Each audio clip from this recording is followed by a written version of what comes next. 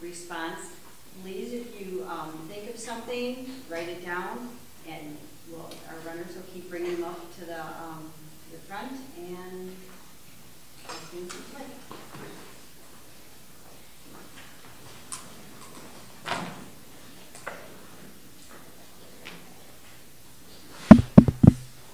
Okay, good evening. Todd Jacobs, Rebecca Stevens, Tony Garcia. We'll start with Todd and go across and keep It's a 2-minute warning. Vicki will tell you when there's 30 seconds left with the yellow card and then red one. Okay, you guys are all bad at this. All right, so what are we doing? Just an initial? Opening, yeah. Just open the, Good evening. My name is Todd Jacobs. I'm running for a seat on the Kenosha School Board. This is actually the 3rd time I've run for the school board, so this is not totally new to me, but in a new building. It's actually very nice. And the reason that I decided to run again, initially I thought I must be crazy to try this again, but the fact is my wife and I adopted our granddaughter, and she's in high school right now, Bradford High School, and some of the situations and circumstances that brought her to be in our home and our care has created challenges in her life. Well, then doing some research, I also found out that there's almost 5 million kids in this country, as of the last census, which was 2010, is the best I could get, are in the care of grandparents, same as me. 1.5 million of these kids are also raised by relatives, not in the parents.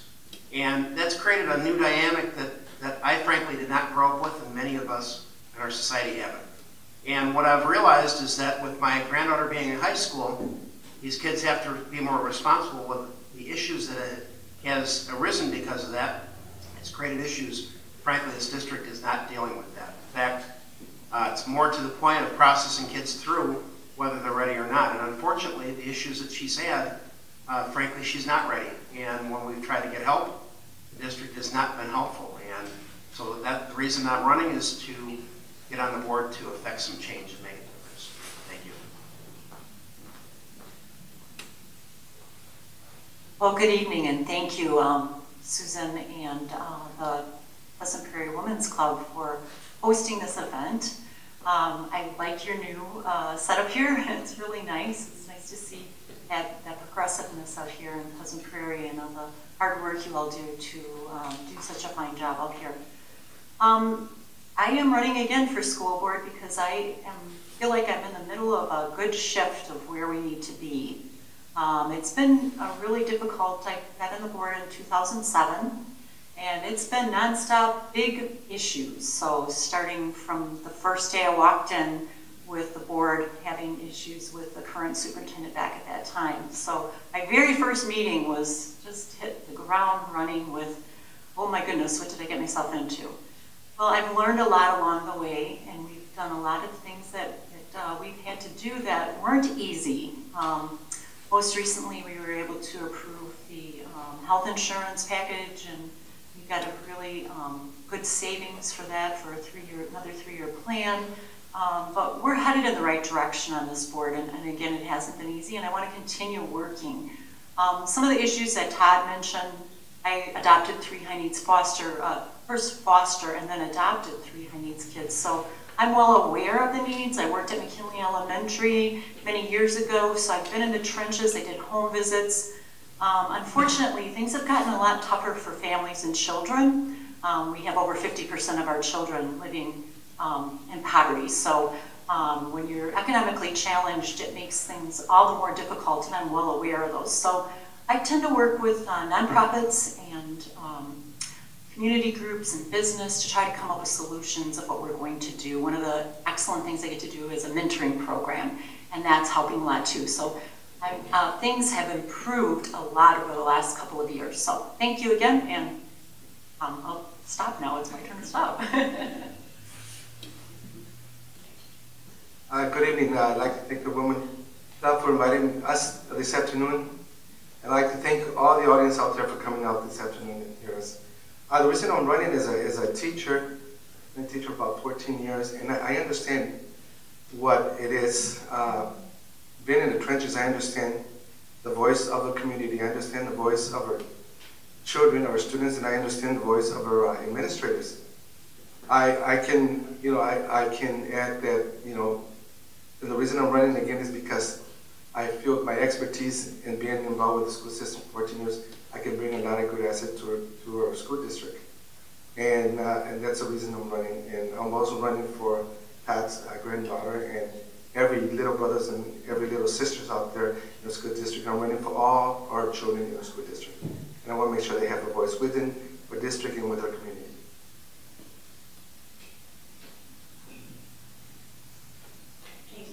We'll start with the questions. Statistically, children do better in school with parent participation. How would you encourage parents to participate? For encouraging parent or caregiver, in many cases, in this case, in many families, that's more the appropriate participation. One, we have to be encouraging. Number two, we have to be supportive. The fact of the matter, the school district has a policy and a mission statement that says we prepare all students for success. I'm here to tell you that's not happening. And when I'm on the board, I am going to drive to change that so that we give our parents, caregivers, family members, and the like, the help that they need. In my case, we haven't been able to get the help for my granddaughter's schoolwork when we asked for it. When we tried to cooperate with the school to get assistance, that didn't happen. That is totally unacceptable. We're supposed to prepare all of our students, and I refuse to fail the kids. So when I'm on the board, that's exactly what I intend to do, is encourage these parents, encourage participation, and also work with them to make sure that they get the help that they need. Well, I have years of experience working with encouraging parents. From the very first day I stepped into my children's school back many, many years ago at Little Learners, Mrs. Rita Basiglia's school. And she was a smart lady. She brought the parents into the classroom, and you volunteered once a month, and you took your turn in that classroom, and you connected. So I took that model when my kids went to elementary school, got involved with the PTOs, the PTAs, the Girl Scouts, the Boy Scouts, whatever they were involved with, the music programs. I think you have to reach out to parents. As a school board member, one of the things I've always done is taken the time to sit down, listen one-on-one or in groups with parents. Parents can fill you in on a lot of things. Now, I mentioned to Todd at the Democratic Party when we had that forum that I wanted to know more about his granddaughter's situation. He hasn't had a chance to get back to me yet, but that's the kind of person I am on the board, and I still want to hear about it, because if you're not getting the results you need, then we need to help you to get to the people where you get those results. If you have a constant complaint and you don't do anything to get in action about it, then you need to own that and get in action about it, take it to the next level. And I want to help all parents that have those issues, and I have done that. So I want to continue doing that as well. Thank you. One of the things I would do, I would open communication with the community. I understand parents' concern. I understand it.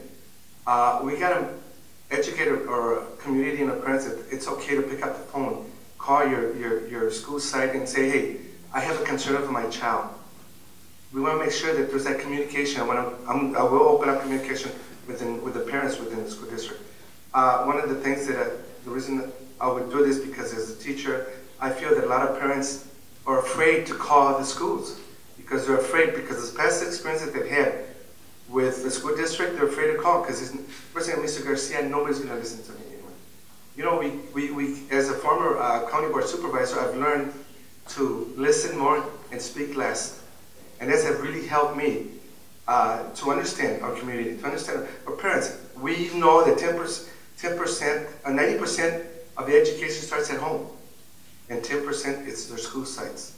So what I do, I'll make sure that the communication is open up to every parent out there, every student out there, to make sure that it's okay to call your teacher, it's okay to call the principal, it's okay to call the superintendent from school, it's okay to call the administrators from school, because they're there to listen. And I think that's very important, it's communication.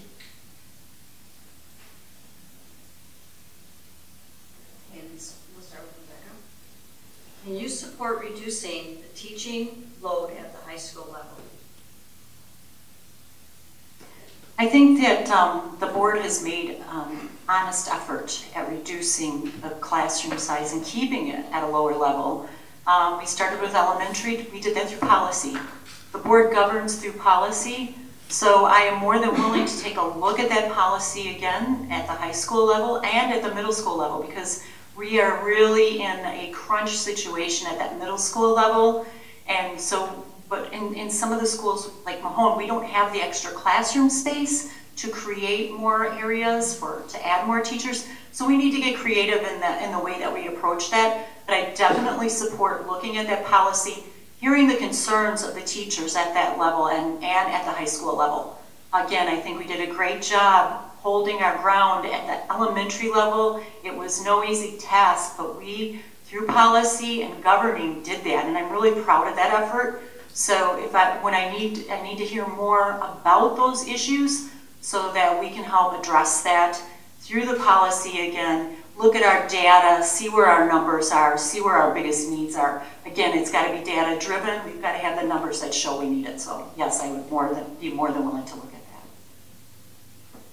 Well, as a teacher, I look at that every day. Yes, I would do everything in my power to make sure we get lower class sizes. It's important because I've seen teachers where I am. They have 28, even 32 students, and I can understand what they're going through. I can understand. I think like 10% or 20% of the time it's discipline.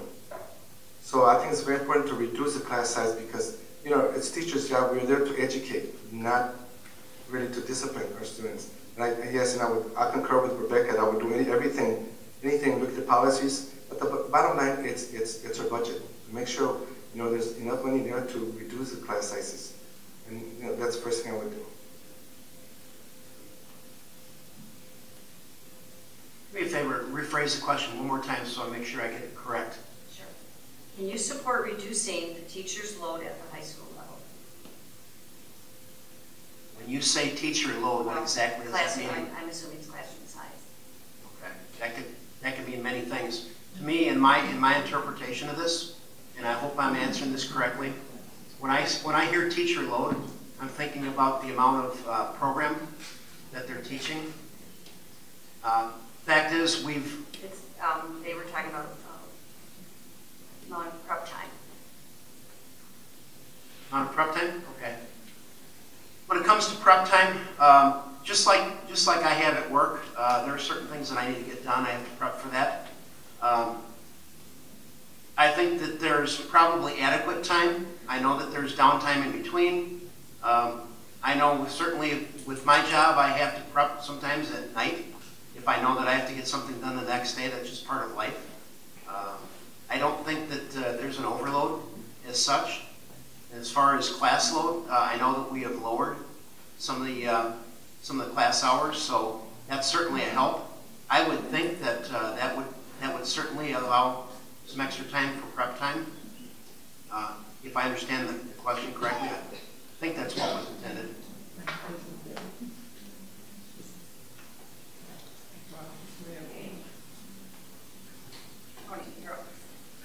What do you see as the major challenge or problems facing the KUSD?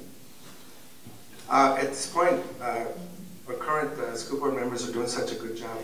But have not seen anything that there's an obstacle in reference to achieving, make sure that our students are getting the best education there is. What I would do, one of the things that I would work more is open communication with the community. Open communication with our city and county to make sure, they're open there and they're be part of the growth of our students in our community, and I think that's very important. Obstacles, at this point, I don't see nothing, and I'm sure they'll be coming up, but I'll be ready for them to make sure we do what is best for our children.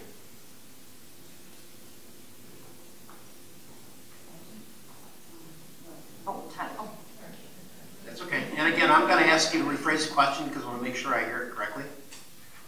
Okay. What do you see as the major challenge or problem facing the KUSD? I know that there's been some I know there's been a little bit of infighting with the board members. There's been issues. I know I sat two sessions on the Policy Personnel Committee, and I know that there was long-winded talk, and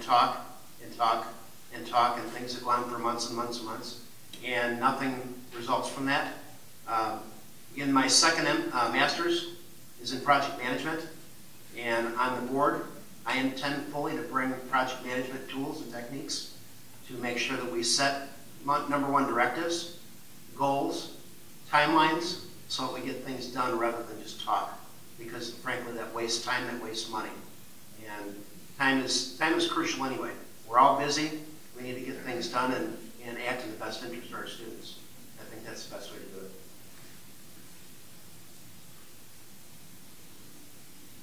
So, as far as the challenges that I think we face, financial challenges and the declining enrollment. I think those combined with the infrastructure that we have to support and the way that we have designed Kenosha Unified, you know, that's definitely a challenge. It's been a challenge over the last few years. As you can recall, after Act 10, we left $29 million on the table because the board members didn't want to go back, at that time the majority, and negotiate with the teachers, the biggest contract. We had it all set up and fell apart. And I was very sad that that happened because it created layoffs. We lost about 200 staff members. We haven't gotten those back yet. We've gotten about half, a little more. But some very crucial positions of support positions, things that create a lot of havoc in the buildings. And I was out there visiting, and I'm always out there visiting, and I can say that Kenosha Unified is in a much better place now. I go into the buildings. This week I've been in 2 or 3 schools already. So I'm out there, I see what's going on. I know that our challenges are going to be financial. We have to look to the state and our legislators at the state level to put money back into that education budget at the state level. We desperately need that to happen, to make sure that we can prepare our students. And of course, there's always challenges with students and their personalities and things of that nature.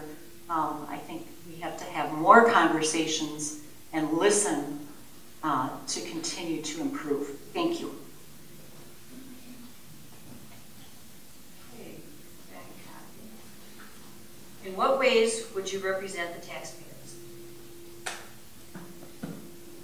Oh, I'm so glad you answered that question. That's a great question. Whoever answered that. You know, I guess it kind of ties back, when I'm thinking about this, ties back to what we can do better on the board. Fact is, we've had budget considerations, we've had challenges, we've had declining enrollment, but the fact is, the board actually has actually enacted some poor choices that has created some of those problems. We've had a contract that was hastily rushed through that, like Rebecca said, as far as teacher layoffs, that's what resulted in that. We had a teacher, our superintendent contract that was due to expire. Rather than allow that lapse, there was a lot of talk about discontent with that. Rather than let that lapse, that contract was extended. Ultimately, that resulted in a lawsuit in the district. Fortunately, we had to settle that. And then the last is not only that, a contract that turned out to be illegal was pushed through, and that resulted in a lawsuit. Those are kind of decisions that can't happen. We need to do better. And when I'm on the board, that certainly is not going to happen because I'm not going to allow decisions like that.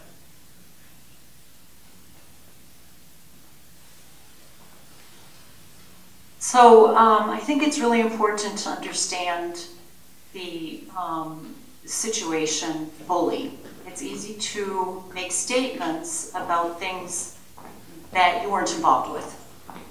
So going back to after Act 10, even before that, let's just go back where my vote stood for the taxpayers. I did not approve. There were 4 people at that time that could not vote on the contract. I mean, that could vote on the contract.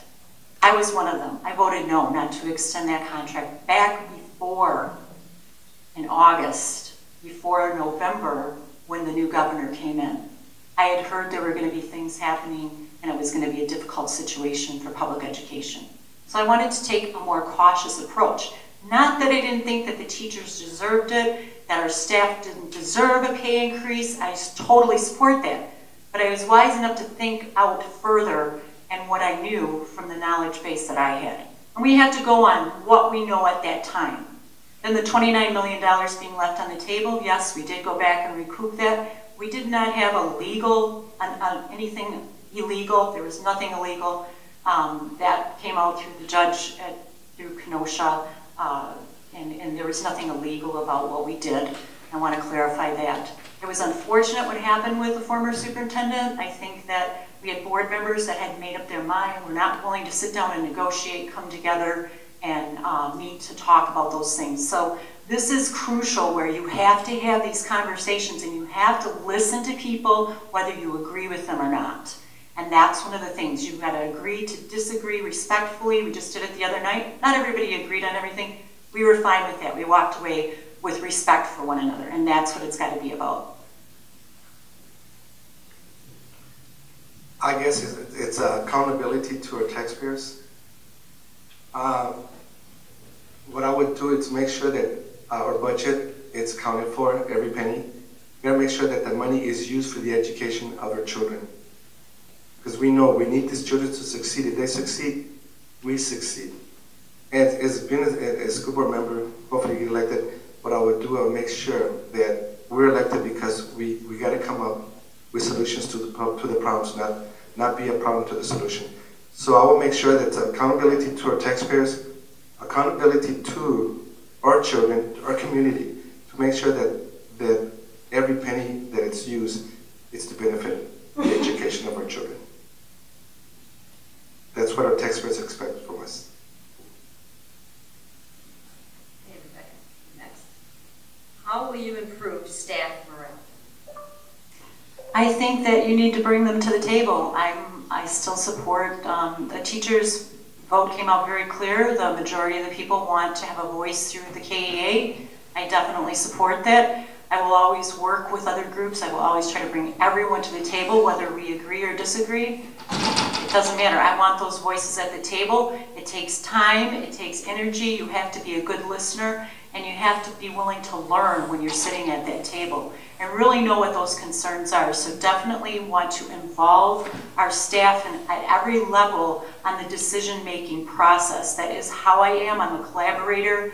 I don't make a decision on my own. I listen, and then I make the best decision I can. But I think our staff at the input is crucial because they know what the struggles are day in and day out in the building. So I think you got to bring everybody to the table. You know, I see that at our schools every day. What I would do is to make sure open communication. You know, our teachers and administrators, they got to understand we're there for one reason, is to educate, not to fight against each other.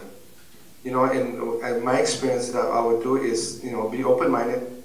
We always, as elected officials, we have to come in with open-minded and reason to what the problems are. Like I said, you know, we're there being elected to have, you know, solutions to the problem. And I think that's very important, is to listen to both sides. And then when we explain to them, explain the reason why it was done this way. And I think that's very important, is communication and accountability.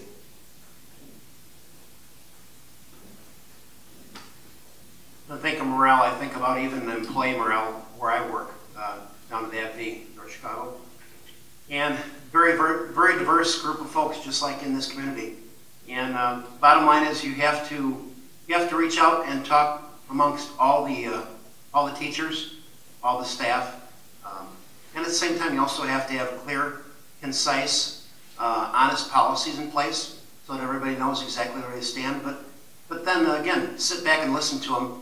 Reach out. Certainly, I don't have all the answers. And many times we have to make decisions based on either timely issues, things like that. But the thing is, many times we have to make decisions with imperfect information. And we have to reach out to our teachers and staff and make sure that we get their input and their view and value that. But in the end, we have to make decisions for the district, for the good of the district, and work with the staff as well, and let them know that we are there to support them and help them get the job done. That's what I would do.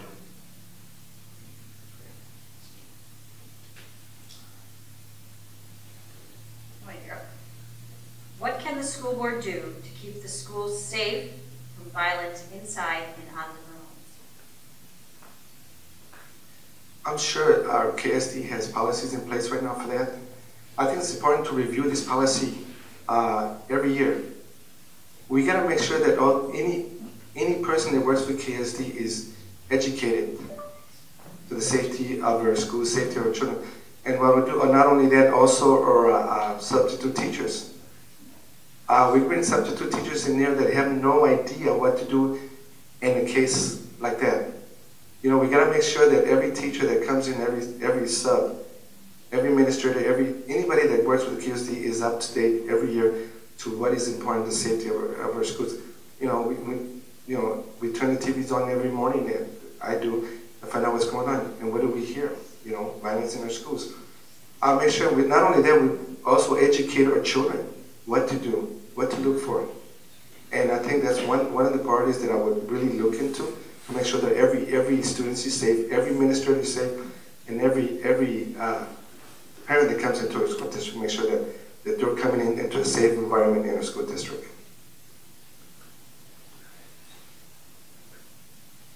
I think Tony brings up a good point about safety. Communication is crucial. I know even where I work, we're constantly, almost to the point of training to it ad nauseum, but I think that's critical in the nature of our communities anymore. Things are not we don't have the same community that I grew up in, or frankly, most of us. We have to be much more aware, even with my granddaughter's situation, the circumstances in life, far different. We have to look at things differently. We have to be thinking outside the box, teaching our kids, making them aware, constantly training, constantly improving, being constantly vigilant, and supporting each other, making sure that we keep the kids in the building safe.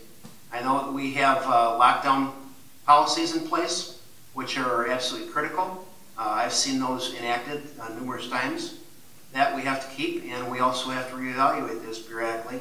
Is this adequate? Can we do more?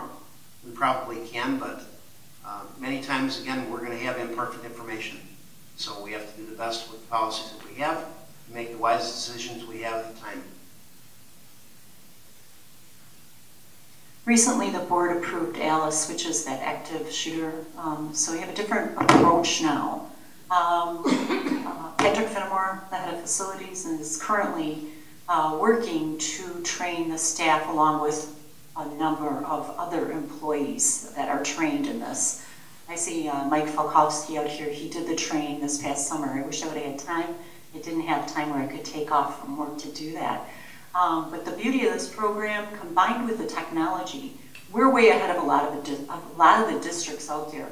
We have so much in the way of technology as far as video cameras. Everything's online. There's so much that the board has been proactive about for the last, I would say, 5 years for sure.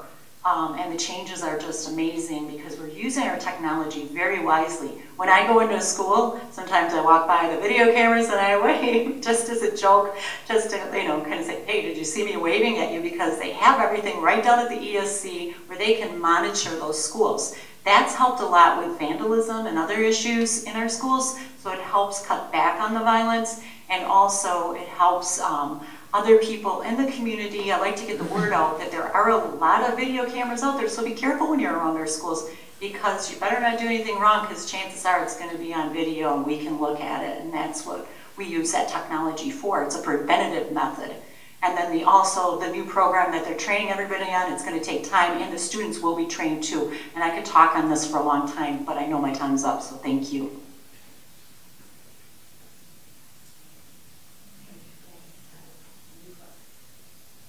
Next up, new question. Okay, this is the second part of the teacher. The average high school teacher has to teach one additional class since Act 10. Class size has increased as well. Again, can you support reducing the load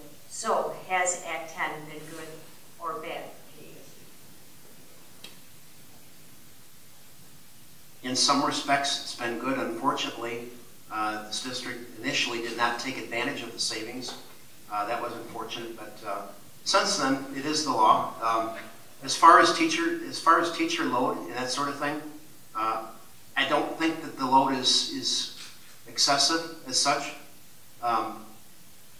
When you talk about the time and everything like that and teaching extra, when you talk about class size, it all comes down to budget. That's a critical factor that has to be looked at. When you the more that you reduce the class size, obviously you're going to have more staff. Your budget is going to increase. You have to look at that and make the wisest decisions that you have based on the budget you have. And in certain circumstances, you have to look at the programs that you have. You know, make sure that you're spending your money the wisest way that you possibly can. And sometimes that's going to, based on year to year, is going to require you to make adjustments. And that's what I would deal with. Teacher workload, Act 10, and the effects, and what we need to do. Say it sum it up? Okay. So teacher workload, definitely. I think that our high school teachers, for instance, I've got a nephew that's a high school English teacher. He's an awesome teacher. He can even teach me. So I say that's really great. I'm just kidding. You gotta have a, lighten it up a little bit. But I think, you know, he does everything from students that are in special education to students that are in AP. Now, when you have an AP English teacher working with 150 kids in a day, and they take all that information and they have to assimilate and they have to read every single paper, and then they have to get it back to them in a timely manner, and they've got a tight window of time under which to operate. My nephew is extremely dedicated. He is single, he is not married, he doesn't have children of his own. So he takes that time day in and day out. Now, don't get me wrong, I know that our other teachers do that too. Our married teachers that have children do the same thing. But it's really difficult to find that time. Do I think Act 10 was good for Kenosha Unified? Absolutely not. I don't think that Act 10 was good for our state. I think that we need to work together to get over that issue and find the dollars to put back into public education. So I will always stand my ground on that because I think we are doing a great job and moving along fine. It's expensive to educate a child, but it's also expensive to imprison a person and buy $50,000 so a person. So that's a lot more. I'd rather catch them on this side and be preventative and invest there and invest in our teaching staff so that they have the opportunity to intervene and help these kids when they can get the help they need. You know, Act 10 was devastating for our state and also for our district here. As being a teacher, I understand most of the teachers, they dedicate their time of teaching. Sure, money is important because that pays the bill, but I think most teachers, they do more because of passion of teaching. I understand, you know, teaching 30 kids, how devastating that is for a teacher. But, you know, what I would do is make sure that the teachers are aware that, you know, this could happen, it could happen every year. It could change the following year with cuts from the state. But, you know, what the important is, you know, I'm talking my own experience as a teacher and also semi-administrator. I would do everything to make sure, the bottom line is to make sure that our kids are educated at any cost. I think that's very important that, you know, teachers, you know, most of the time, a good percentage of the time, they're there to discipline. Well, we gotta make sure we gotta stop that. The teachers, their job is not to discipline, it's to educate. And I would do everything in the power to make sure that, you know, if Act 10 ever, you know, or cut funds from the state, I'll make sure that our district is prepared for that. We gotta make sure that we, you know, we put surplus of money aside just in case something like that happens. So we make sure that, you know, every teacher can actually come in and feel good coming to school every day and teach.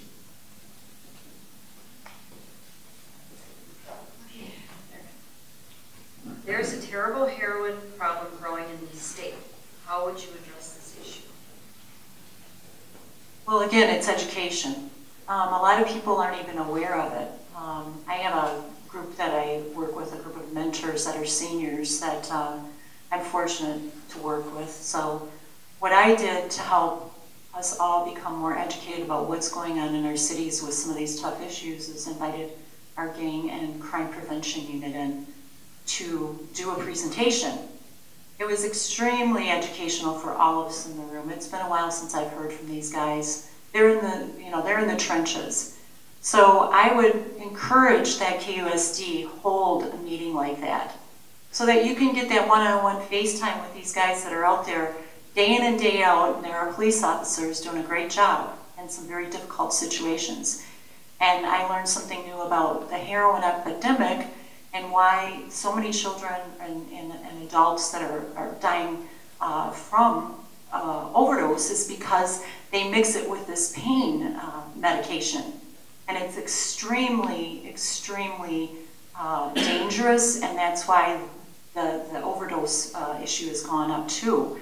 And I know there is a preventative method for overdose that it's a shot you can take. I don't know the name of it, so I'm not going to speak to that. But I think we need to educate people on this. And then we need to look at what is at the root of that. Why are children and adults attracted to that in our society today? What's causing this epidemic? So we need to have those crucial conversations. We need, again, to invite everybody to the table, bring that gang unit in, sit down, listen to them. They know they're doing this work day in and day out.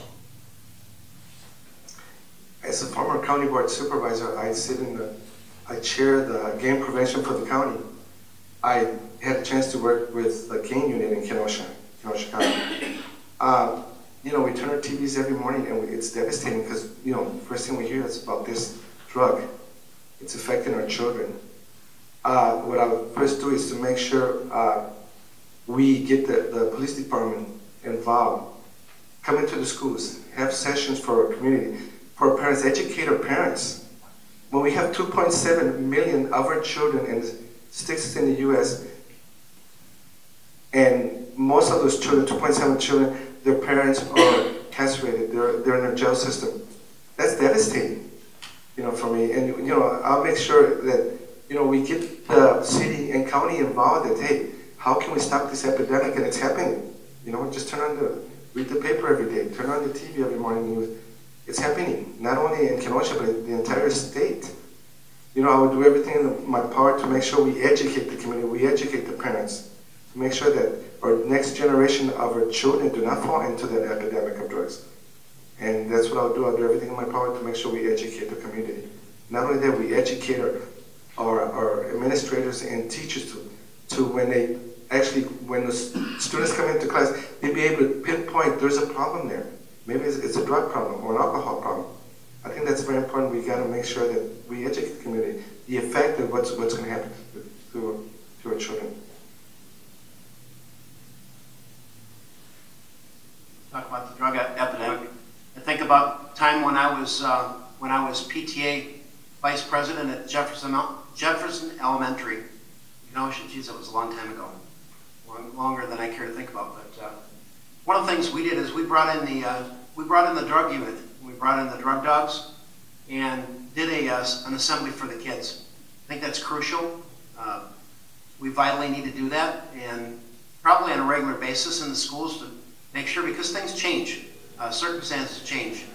Our communities are seeing different things than we have before, and educate our students, educate our staff, educate our parents, and certainly teach our own kids in our own homes, and at the same time also be vigilant about our own communities.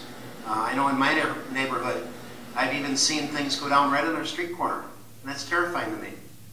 We've got to do those sorts of things, and as together, and not only that, is train our staff, because even with situations with our kids, we need to be trained to recognize these things as they keep up, so we can identify the root cause of what causes some of these things.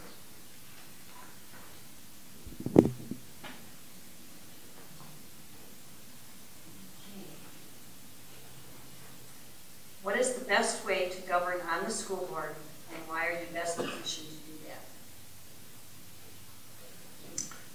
One of the things that I would listen, you know, what's really going on in the community. I would listen to our parents, our students. I think that's one of the best things we could do. Then we'd be able to find out how to govern what's really going on in the community. I would make sure communication is there open at any time, not only with me, but also with administrators and the superintendent and the school board members. That is the bottom line, to make sure that open communication, once we get the open communication, I think everything else will actually fall into its place.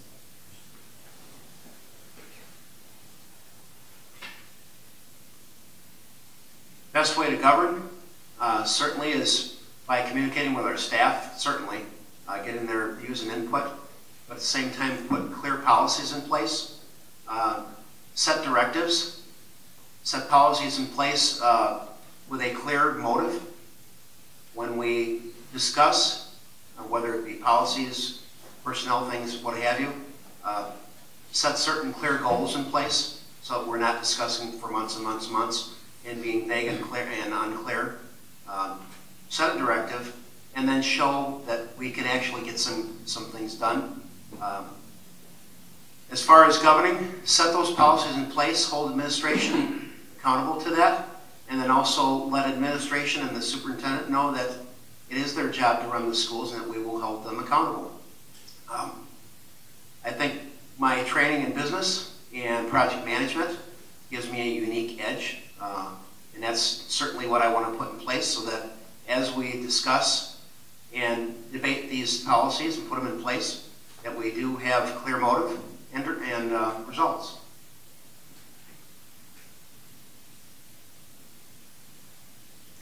Well, as a school board member, your only power is within the body itself. You have to have at least 4 votes to pass anything. You govern through policy. You can have your opinion, you can have your agreements, your disagreements. I think that's good. I don't think that's a bad thing. I think that discussion, they say, I think it is 7 times you have to hear something before you truly kind of start remembering it and understanding it. So I think anytime you're instituting new policy, which is going to govern the district, you can't spend too much time talking about it and going over it. And you do it in different ways.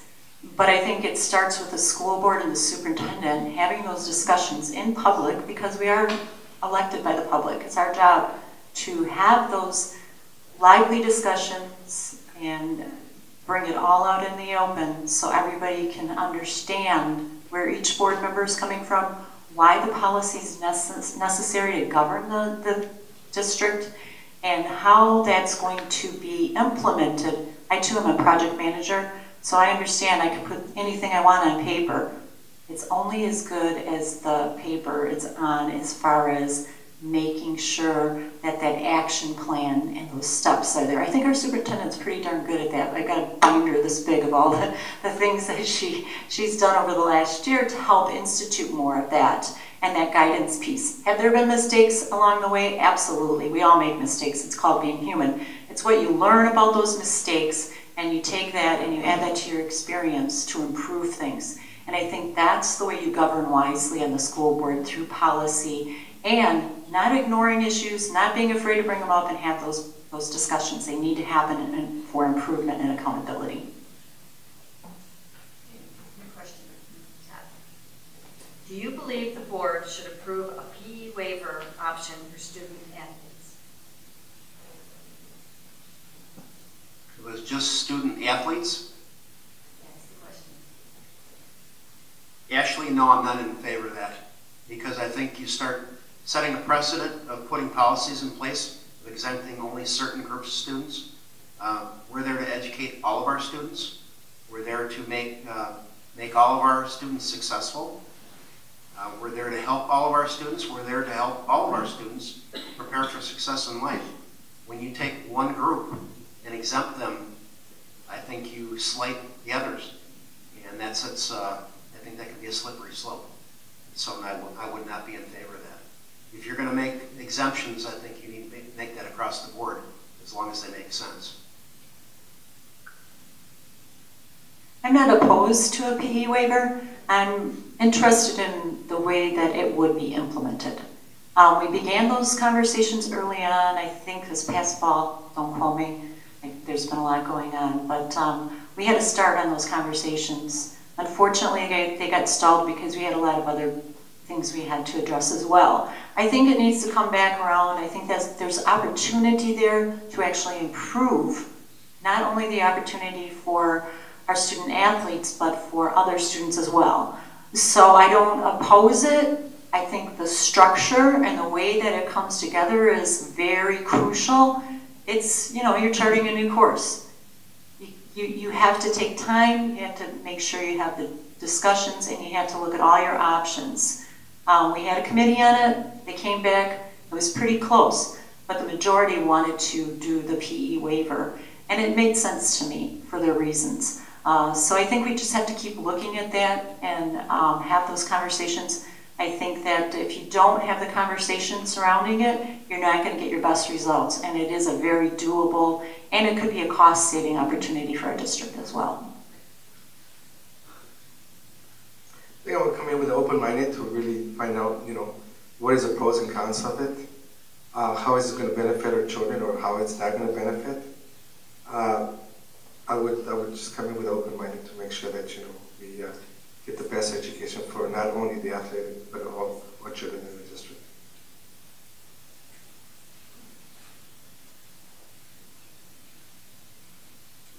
Okay, back up. 3 questions, basically the same thing, so I'm going to put them together. We have many vibrant teachers that motivate and support their students beyond their contract requirements. How do you plan to retain and attract highly qualified teachers to our district? And they all are questions basically to retain the most qualified teachers. Well, we've had a good long history of doing that in Kenosha Unified. Unfortunately, the financial constraints that are presented via the cuts to public education at the state level have had a negative impact in that manner. We've got everybody paying into their health insurance, their retirement, the way that I originally wanted it back with that $29 million. So, you know, we've tapped what we can there. We've got the savings from our health insurance, our new health insurance plan. That's a pretty good savings. We've got about $400,000 in the budget, the current budget, that has not been allocated yet. So we could use some of that. We've got vacancy factors, and that vacancy factor is where we budget for X amount of teachers and support staff, and there are positions that don't get filled every year. That's been going back into the reserve fund. Well, the reserve fund's at a level, a very good level. Our Moody's ratings proves that. So I think what we need to do is look at, we had 800,000, so we'll have about 1.6 at the end of the year in the vacancy factor. And then there's another $250,000 that was connected to that through health insurance. So we've got a nice chunk of money there. We've got that other 400,000. We also have some savings from the health insurance. We also have some savings from long-term care. So there's a lot of opportunity for us to look at the structure. And I know I'm going a little long on this because I know the history on it a little more, and it's really hard to sum up. So, but we've got that opportunity, so I think we need to look at the pay scale and really delve into that and get creative about how we approach that. So, thank you. I'm sorry I went a little over. Well, I'll concur with Rebecca. You know, to attain good teachers, I guess the bottom line is when teachers go into this profession, they have to enjoy what they're doing. I know benefits play an important part, and also retirement benefits for them. I guess the bottom line is to make sure that all education teachers get the best education, best information that they need to succeed at their schools. One of the things that I've seen in my school is that most of the teachers, after 3 years, they don't want to come back because they say that most of the time is discipline. They say, Mr. Garcia, we're not here to discipline, we're here to teach. And they get frustrated, especially when the help is not there. I make sure that there's a backup plans for them to make sure that, you know, they don't get burned out. I'm telling you, the experience as a teacher, coming April, I'm burned out already. You know, we gotta make sure that the teachers enjoy coming every morning to school. and enjoy what they do. And we gotta make sure we give them everything they need so they can succeed and stay with their district. And the bottom line, it's the budget. So. If I understood correctly, it was how to retain and attract the best talent. Is that correct? Retain and attract high quality teachers, high qualified teachers, quality staff. Okay.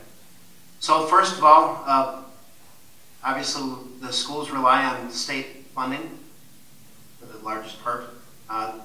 As a district, as a board, we have to make the wisest decisions that we can. Don't put the district in jeopardy. Make wise decisions. Constantly review our programs so that we are spending our dollars the most wise way. I know that the long-term care deal, if I read correctly, I believe the district spent roughly some $20 million, somewhere to that tune. And that was basically rescinded now recently. And I believe that was roughly about $2.6 million per year. That in itself is a cost savings. To me, I'm open to merit pay for teachers. I'm a big proponent of incentive. I know where I work, that's a big motivator. If I know that there's an incentive coming. We've got some great teachers here, and I think that is just a great motivator. But when we make the wisest use of our dollars, then we have money that we can look at possibly programs, incentives, and attract that talent.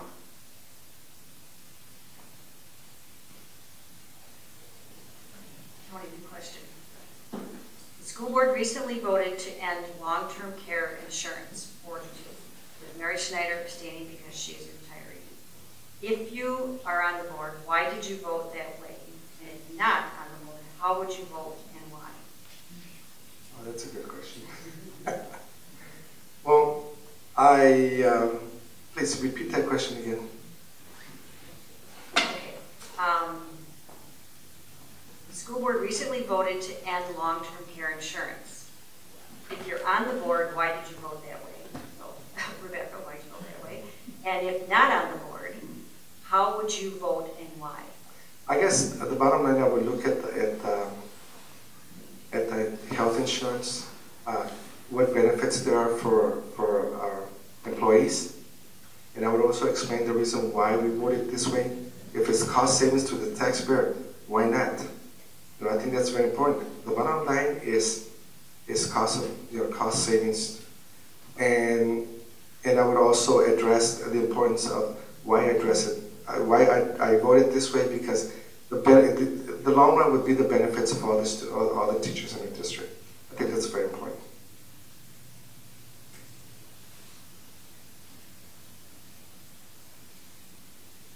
It kind of dovetails with my last response, actually. As far as long-term care, again, the district has to look very closely at what they're spending. As far as long-term care, my understanding was it was a long-term program. It kind of more or less ties the district's hands, as it were. I know my company offers long-term care, but it's also elective. And from what I understand, it's fairly expensive. So that's certainly from what I understand, the board voted to rescind it because the cost savings from cost benefit. So in other words, if there's only a handful of individuals that are taking advantage of it, yet the district is paying for, the district is large as a whole, then cost benefit may not be worth the expenditure. And the fact is, I also understand that I believe there was an opportunity to get out of that program to take advantage of other insurance programs. Now I know the other side of that coin too is the fact that typically those type of decisions have to be on a timely basis. So you don't have months and months to discuss this. And I think they made the wisest decision they could based on the information that they had. Well, the elephant's in the room, and I didn't vote to support the canceling long-term care, not because I didn't think we needed to address the issue. I asked for one more meeting, and the reason I asked for one more meeting, and we have plenty of time to do that. Again, I am huge on conversations and listening. I work with senior citizens. I did a grant and I understand the poverty level that our seniors are facing too. So when I listen to a group of teachers that have been in this district for years and years and years, back in 1978, one of them was, by the way, and I was working at Villa de Carlo restaurant at that time, and I can remember one of the ladies I worked with happened to be a mother of 2 teachers that worked over at Trimper High School. And she made more money back then than 2 teachers that working. So I take into consideration all the history of what I know about this community. I don't take it lightly. I was all for looking at trying to figure out a way to save that money from long-term care. However, I think out of respect for our retired teachers, and I work with retired people all the time and I learn so much from them. They're a wealth of information, knowledge, and experience. And I think that we, and I was brought up in a home, you respect your elders, that you take the time and you have that one more conversation if it makes it go smoother and better for them. And so I stated very passionately, it was a very tough decision. I didn't vote no because I think we should have continued with long-term care. I think we owe our retired teachers that respect, and I'm all about that. This is the second part of that question now. Long-term care was going away, so so the support for the teacher compensation, I'm not sure how this is supposed to go.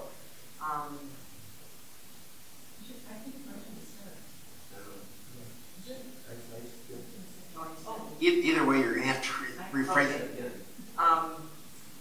It says for years, the campaign, well, it was for Rebecca, but for years you campaigned on being for teachers, yet at one of the most important times you voted no for teacher compensation. Long-term care was going away, so why did you not support the teacher compensation piece, but it still goes with long-term care? Specifically at that time, and I will say it again, we had just gone, the reason I voted no on that contract, it was very simple. The economy had just crashed. We had so many unknowns out there. We knew that the governor that was going to be elected, I had information where it was very clear that public education cuts were coming down the pike. I wanted to delay the vote. There were 4 board members at the time that could vote on that. That's a quorum. 3 of the board members couldn't vote because they had a conflict of interest. It was a difficult spot to be in. So objectively, I looked at it and I said, please delay this. I went to the board president. I went to the superintendent at the time. Delay it. Let's get more information so we can make a better decision based on what's going to happen.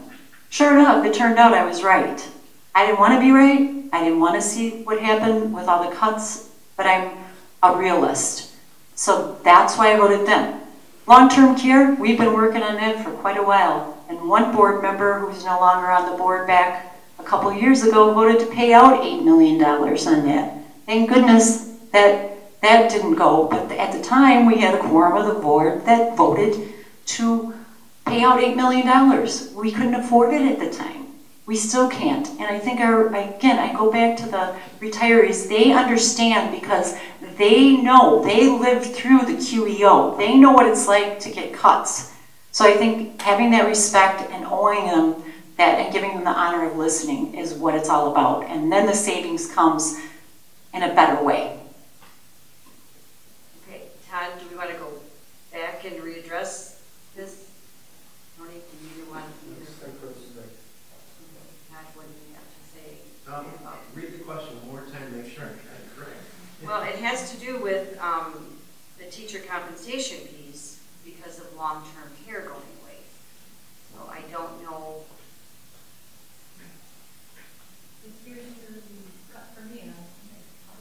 Right. No, I mean, but if Todd wants to address this, if you want to elaborate on your last answer. Again, when you look at the budget, the board has to make decisions based on the best information that they have. If they're looking at a program, and my understanding was there was a long-term program that was costing a lot of money that only a handful of individuals were actually using, And if that's the case, and the district had an opportunity to opt into a different program or opt out of something that was costing a lot of money, possibly for the opportunity to put it toward other incentives or things like that, then that's certainly something worth exploring. And I'm not against that. And I think that's making wise use of district money. The wisest use, I guess you'd say. Okay, we went out of turn last time, so I think we'll still go back and start with Todd on the question. Is KUS doing a good job supporting special needs students? If not, what would you have, KS? Should we do better? That's a good question. I'm glad you asked that. I guess it makes me think about, again, like I have told people over and over, the reason why I ran again this time is because of the situation that I've come to realize, the challenges that my granddaughter and other students have faced based on her certain unique situation. There's a whole host of kids in this district that frankly are being raised by grandparents, many different situations that have challenges. And I know from our circumstance in my family, we're not helping those families get the help that they need for these kids. And we certainly need to do a much, much better job of that. Yeah. And again, it comes right back to the fact of working with our families, our caregivers, making sure that they get the help that they need. And I would certainly emphasize that. Because frankly, that's these kids' future, and they're our future leaders, and we owe that to them.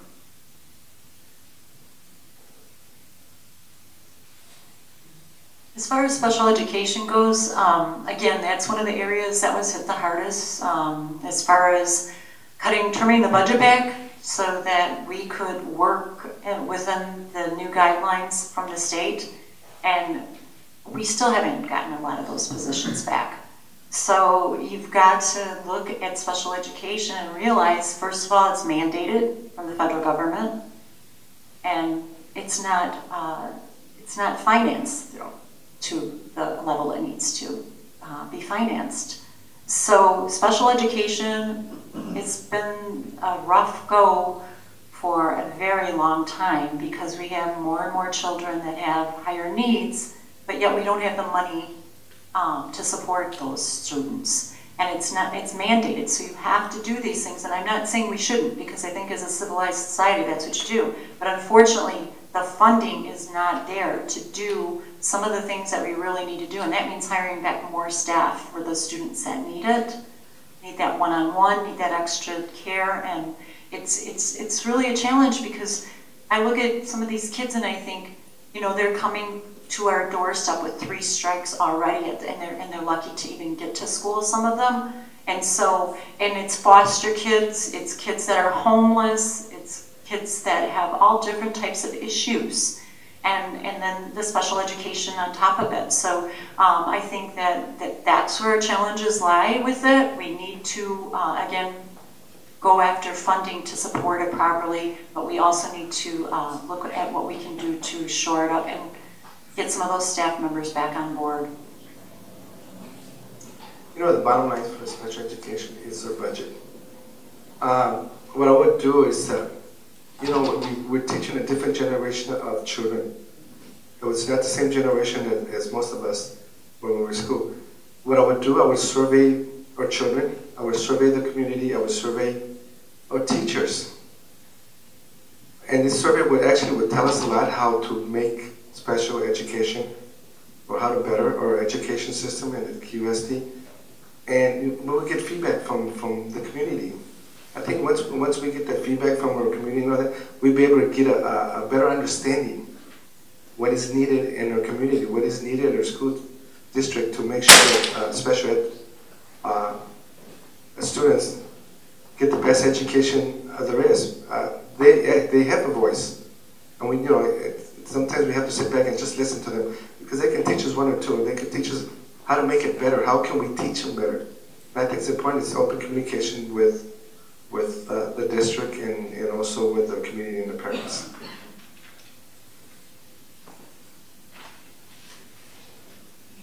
Question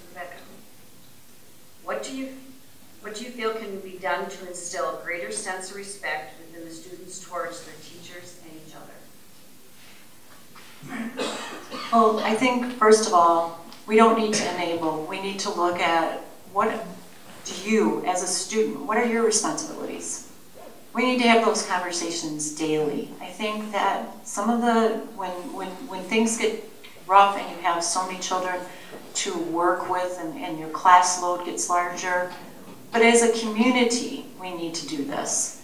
And that's one of the great things about working with a mentoring program, because my mentors go into our schools. I'm in 22 schools, and they go in and they have one-on-one conversations. So if a student is doing something that's detrimental to their education or somebody else's, you can bet that that person at the school is going to let the mentor know. So they're having these one-on-one conversations. We have to teach children and students, our students, that they have a choice and that their choices affect them, and they need to take on that personal responsibility.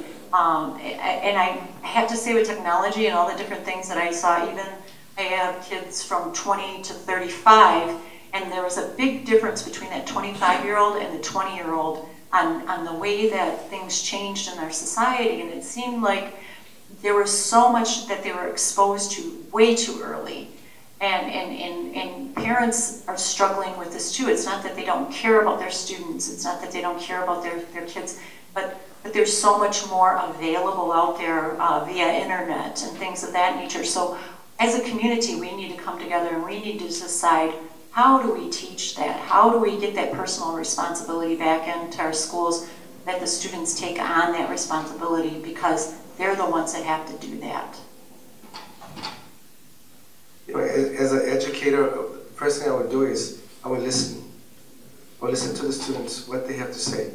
My experience that, you know, to have a successful student is to feel them feel more important in school. We got to make sure that when they get up in the morning, they say, "Mom, Dad, I want to go to school." And I think once teachers open their heart and their mind, as teachers, we become their parent, we become their doctor, we become everything in a spectrum. And you know, it's important that they understand that they feel safe. And what I would do is make sure that I would listen, because it's a different generation of kids we're teaching out there. Most of them, there's single parenting out there. They don't know what it is to have a figure of a father at home. They don't know what it is to have a figure of a mother at home. So as an educator, and I'm sure a lot of teachers do that, we fill that gap. And once we fill that gap, we'll be able to understand them, we'll be able to give them the education they need to succeed. I think the question, if I understood correct, was teaching our students respect. Is that correct? Done to instill a greater sense of respect within the students towards their teachers. Oh, great question. I'm glad you asked that. Makes me think about the fact, number one, even I've heard talk about mentors. We've had that at work. I think it's a great program. I think we need to do that in our schools. I know that my son and both my granddaughter have mentored younger students.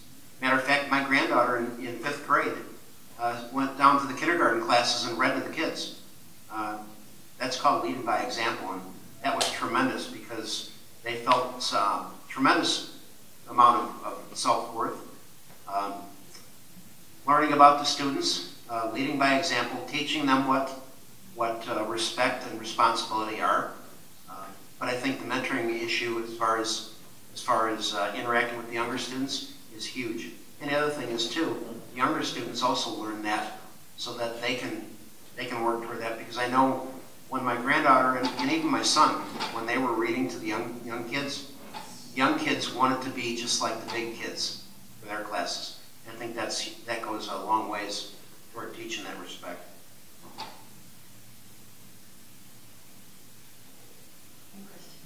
Tony, what grade would you assign to Dr. Sue, and what are your reasons for that grade? I'm sorry, it's my turn? I have not had a chance to work directly with Dr. Sue. I've heard a lot of good things about Dr. Sue in the community. You know, I feel that superintendent is known by the fruits that she renders to the community. And at this point, I've seen that she's done a lot of good things, not only Dr. Sue, but also with the board working together. That's what makes a great KUSD. I would give Dr. Sue a B. I don't know if the question was what grade would I give Dr. Sue.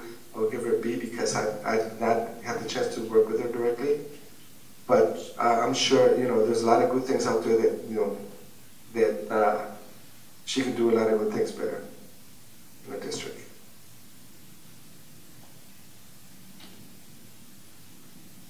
From what I do know of the superintendent, I think so far she's doing a pretty terrific job. I don't know that I've related to a letter grade as such because I haven't been able to interact with her as much as some of the board members have. I would say that I'd say she definitely gets a A- or a B+ for sure. Everything that I've seen, she's doing a great job. I know that she's made some strides and improvements as far as the Education Support Center, as far as staffing. I think that's been overstaffed over the years, and in some respects, probably not necessarily always the wisest. I guess as far as the budget, when you look at the whole picture, I think she's doing a pretty good job as a whole. I think we've certainly got some strides and some improvements to make, but I look forward to working with her and improving this district to make it much better. Well, we've gone away from grades, so I would say that Dr. Sue is doing a really good job. She came into a really difficult situation with, there's so many variables. I think that one of the best things is she picked up, and even before she was superintendent, and back when I was the board president and we had the anti-bullying committee, she was there to help facilitate that. She was there to help facilitate the math curriculum. She was there to help facilitate things that really needed to be addressed. And she's not afraid to have those critical conversations and build the awareness. And even if we don't agree, it's respectful and it's done in a manner which is positive for the whole board. I think that helps bring the board together. So back when Dr. Manji came in, again for the second time on during the time I've served on the board as the temporary superintendent, we had worked for months to try to get the board to come together. So we finally got that done. They finally decided to agree. Some of them were very disagreeable. They waited till March, which I thought was ridiculous, but that is what it is. And we just kept on going. We brought the group together. We hired a facilitator, and Sue picked up right seamlessly with that and ran with it. So I think that Sue's got a good vision for the district. She's got a tough job. Being the superintendent of a school district is a critical, very intense, high-level job, and she's got, I believe, the skill set to handle that very well. Good question. Several of our choice schools have long waiting lists. How important is this to you, and what would you do to address it? Several are choice schools, as you said. I'm assuming that's the charter schools. I would assume. I know that when my son was in ITA, at that time it was basically educational needs based. Now it's more a lottery system. I think we need to improve the opportunities for our choice schools. I know I've personally seen where I don't think the lottery system is necessarily the best way to approach that, because I think some really good students were kept out of some of the schools that they really wanted to go to, and I think that limits their choices. I think when you look at the choice schools like that, I would like to see them expand. In fact, when it came to ITA Academy, I wanted to see the academy expand, but we didn't do that. So I think we need to take every opportunity that we can to try to expand as much as we can our choice schools and give our students the best choices that we can within the budget we have to work with. Well, I think the board, again, has done a really good job on that. Came in 2007 and We just started with K-Tech at that time, and that was K-Tech East. That's just one of the charters. We had Brompton already in place, Dimensions of Learning. We expanded recently, as you know, K-Tech. Now we have the West. I've gone over there several times. They're doing a great job over there. They're adding more classroom space. We are constantly looking at how we can tweak that and improve that, because I think it is so important that when we offer choices, if you don't get your first choice, are we educating the parents on the other choices that might be available to them? You know, Indian Trail Academy, I was on the board. We voted for that expansion to make it a comprehensive high school. But again, looking at keeping Indian Trail Academy a school within a school, and that's back when I ran the first time back in 2007. We've been diligent about doing that. I think there are opportunities to expand that, and we need to look at that, especially in some of the areas of the medical training, and then we need to also partner with our colleges and our technical schools and our businesses and do some things that are creative in that nature to offer maybe apprenticeships and other opportunities that will help improve opportunities for students too. So I think we've got a lot of possibilities there, and I'm always open to them, and I've always supported those. So I think we need to have those conversations again.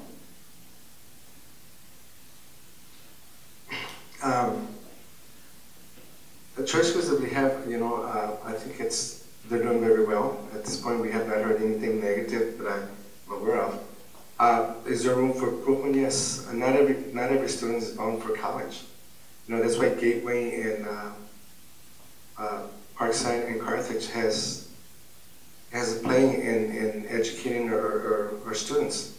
I think, you know, the bottom line, I'm sure there's always improvement for choice schools, and the lottery system that we have now in place, I kind of agree with it, and sometimes I don't agree with it, because I hear a lot of parents say, well, you know, my child was not actually appointed to that school. But, you know, there's something that I will look at to make sure that, you know, we get the best education for our students, to make sure that, you know, if they want to really get into one of these choice schools, they'll be able to. The bottom line, you know, it's a budget too, so I will go in as an open mind. Your question, Rebecca. Tell me one thing that you are most proud of in our schools. Well, I love our arts programs.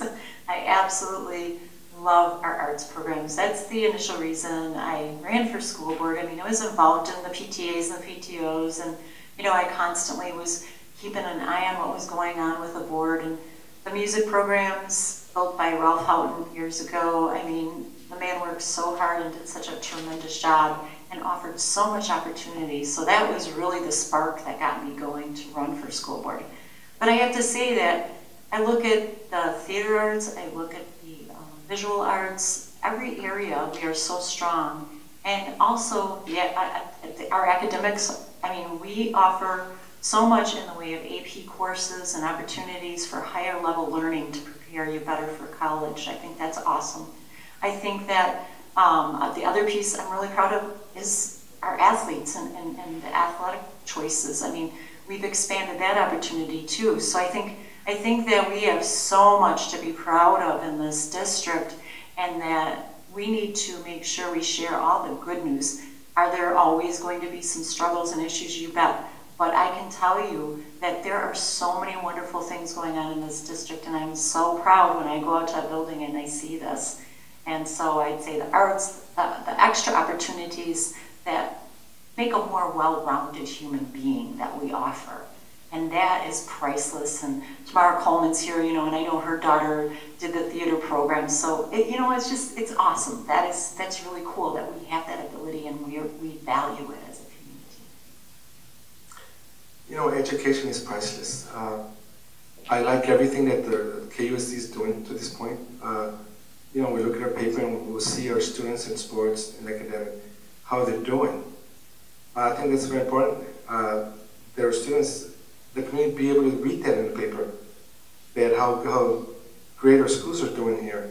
You know, every program that we have here, at this point, I've not heard anything negative.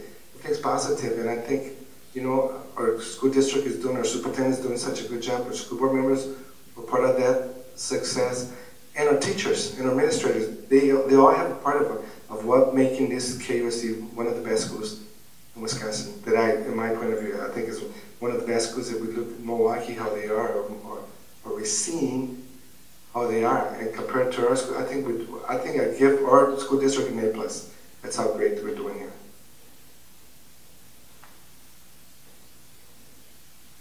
Makes me think about my son. Good question.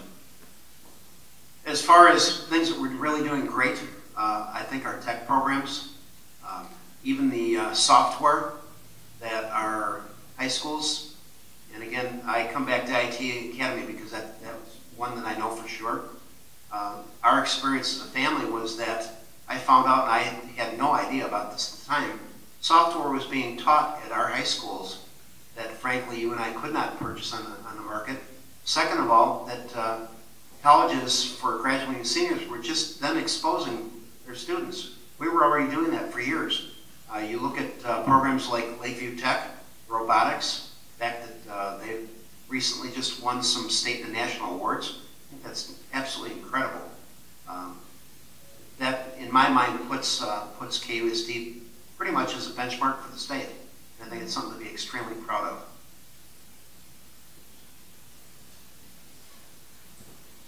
Okay, we have time for one more question before our closing remarks. I would like to, first of all, before I ask the last question, to thank everyone for coming tonight. These questions were unbelievably good. So, okay, and we will start with Tony. Do you believe students have enough input in board decisions, and how would you improve this? At this point, a couple of minutes I've gone, we do have an ambassador for students coming in. I think students' input is very important because, you know, they're in there just in the trenches, just like the teachers. It's important that we hear their voice. It's important that we know how they feel when actually they walk into the school. Because once we hear the students, then we hear what the parents are also saying. And that echoes down to us. I think it's very important to have student ambassadors, not for only one school, for, you know, all the high schools, to make sure they come in and they address the board. You know, if we're doing something that's, you know, that doesn't favor them, we want to hear about it. We want to make sure that they succeed. I think it's very important that, you know, we go in there with open-minded and make sure, and they do play an important part in our district. And I favor that, to make sure that our students have a voice. For a student voice, I think we can do a much, much better job. I think as far as committees, we could certainly put a forum in place, some kind of a program to more or less suggestion boxes that were get student input. Ultimately the board and the committees have to make decisions based on the best information that they have. And many, many times with imperfect information and within the budget that we have to work with. Having said that though, I think we can certainly do better. I certainly value, I'm kind of amazed sometimes the views, even my granddaughter, and I hear some kids bring out and sit back and think, wow, I would have never thought of that. So I think their opinions and thoughts are certainly valuable, and I think they're worth hearing. And I'm certainly all for that. I think we can do a much better job. Even bring them in the committee level, more so than just an ambassador. At least get their viewpoint, but at the same time, get that extra perspective so we can make the wise decisions we can. Well, it's been an honor and a privilege for me to work with the students. We voted to have a student ambassador back quite a few years ago. I can't remember which year. But we voted to have that at each of our board meetings, our full board meeting, and at the committee level. I think we need to hear more from students. I think that, again, just like the teachers and the support staff in the building and the staff in the building, they're in the trenches. They know what's working, what's not working. They have concerns and they need to be addressed.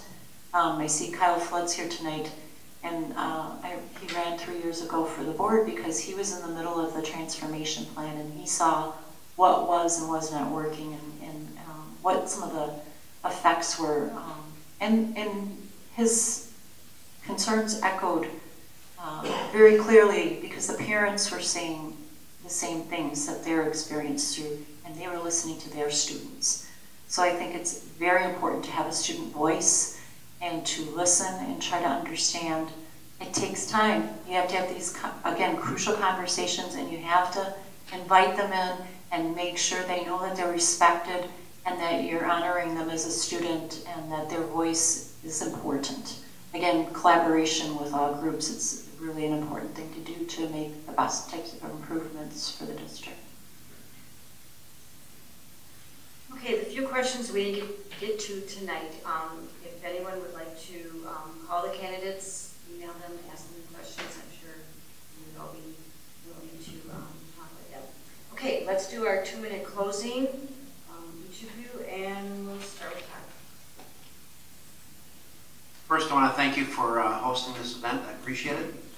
Thanks for all the folks coming out and wanting to hear what we have to say. I appreciate that. Appreciate the opportunity to be able to meet and talk with these folks as well. Value their opinions. Again, come back to the same thing. Initially, I thought I must be absolutely nuts to run for this again. But when I looked at the fact that my granddaughter and the communities that we live in, the circumstance that they're growing up in, the fact that my granddaughter's growing up in a very, very different family. In fact, she never really had a father. I'm the closest thing that she's ever known to a father. And that's created a dynamic that we've never experienced before. And we have to think out of the box, do things differently, and do everything that we can to reach all these students. And again, like I said before, the vision policy of the school is that we strive for success for all of our students. And frankly, what I see is that we're not doing as good a job as we should be. And we need to do much, much better, do everything we can to reach these students. And that's what I intend to do as a board member. Certainly make sure that these students have every opportunity to get all the work and all the support that they can to work on toward success, on to college or trade school or whatever they want to do. But I want to give them every opportunity, and I think we're somewhat lacking in that as far as giving them every opportunity to get all the work that they need. And that's why I'm running for the board. I ask for your vote on April 5th. Again, vote Todd Jacobs for school board. Thank you. Well, it's been an honor and a privilege to serve on the board. It has not been an easy task. There is so much to know, and you'll never know it all, and you just keep working and doing the best you can. I think the main thing is to look at what were the chart that is kind of the course that's been charted for us, and the difficulties that we've had to encounter, and how do we rise to those challenges, and how do we show our kids that we get it beyond it. That means you keep working and keep trying. And so my experience and my dedication over the years and my caring about our full community and understanding that that starts at a very young age. There's a great quote that Toni Morrison uses, and I'm hopefully going to get it correct, but it takes more than a parent, it takes more than two parents, it takes a community. And so I want to keep reinforcing that. Now more than ever, it takes a whole community to be involved, to make those improvements for our students. We are living in some difficult times. Many of our kids are economically challenged, and their families are, and so it's a different world. But together, when we work together, we can make that difference. And I've got a proven track record of that. And I'm proud of that. And so I want to continue serving, and I'd ask that you support me on April 5th, again, to run and be on the school board as one of your representatives. And as Susan mentioned, if there's something you want more clarification about, I'd be happy to talk to you right after this meeting if you'd like.